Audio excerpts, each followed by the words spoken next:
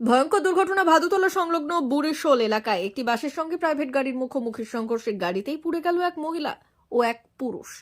এই ঘটনায় চাঞ্চল্য এলাকা জুড়ে। পুলিশ সূত্র অনুযায়ী জানা যায়, মেদিনীপুর শহরের মেট্রো কম্পাউন্ড এলাকায় বাড়ি অবসরপ্রাপ্ত ব্যাংক কর্মী প্রদীপ রায়ের।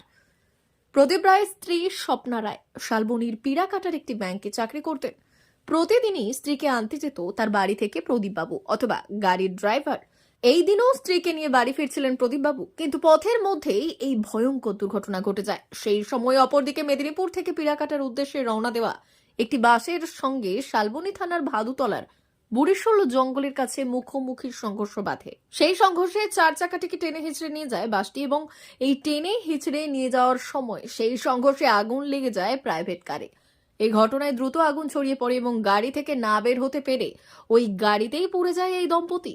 এই ঘটনার খবর পেয়ে স্থানীয়রা ছুটে আসে পুলিশ প্রশাসন এবং ফায়ার ব্রিগেড। এরপর তারা পরিস্থিতি নিয়ন্ত্রণে আনার চেষ্টা করে, কিন্তু তার আগেই গোটা গাড়ি পুড়ে যায় এই দুর্ঘটনায়।